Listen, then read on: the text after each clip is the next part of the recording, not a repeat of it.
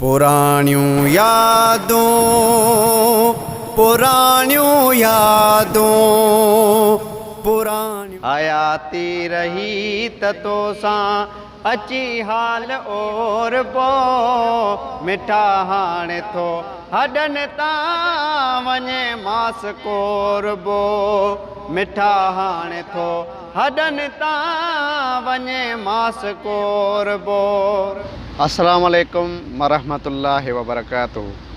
मां आहियां अवां जो पंहिंजो होस्ट शाहनवाज़ अली क़ादरी। प्यारा दोस्तो, असां खणी आया आहियूं अवां सिंध वासियुनि लाइ हिकु बहितरीनु प्रोग्राम जंहिंजो नालो आहे पुराणी यादूं, जंहिंमें असां सां गॾु हूंदा सिंध जा मशहूरु बुज़ुर्ग उलमा इकराम ऐं बहितरीनु आवाज़ जा मालिक मशहूरु सना ख़ान मुस्तफ़ा, जंहिंमें कंदासीं उन्हनि सां पूरी लाइफ जूं ॻाल्हियूं। त पोइ ॾिसण न विसारींदा प्रोग्राम पुराणियूं यादूं। हिन प्रोग्राम जा डायरेक्टर आहिनि शाइर जावेद भीमोराई, सिंध डिजिटल स्टूडियो मोरो, ऐं सिंध जा बहितरीनु नात ख़ान प्रोड्यूसर एहतशाम अफ़ज़ल क़ादरी। तव्हां सुठो वर्क कयो पिया जी जी ऐं सुठो कमु कयो पिया।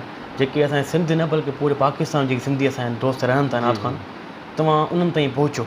जी जी उन ज़िंदगी मुतलिक़ इन करे तव्हांखे चऊं था पुराणियूं यादूं। पुराणो जो नालो तव्हां रखियो, ॾाढो सुठो रखियो आहे। जी अने महफ़िल खां हटी करे उनजी छा आहे ज़िंदगी, हू कहिड़े हालनि में आहे, हुनजी ज़िंदगी तकलीफ़ुनि में गुज़रे पई या हुन ज़िंदगी के मतिलबु के हिकिड़े इम्तिहान में गुज़रे। असांजे चैनल जावेद मोरा स्टूडियो खे सब्सक्राइब करणु न विसारींदा, लाइक शेयर ज़रूरु कंदा, महिरबानी।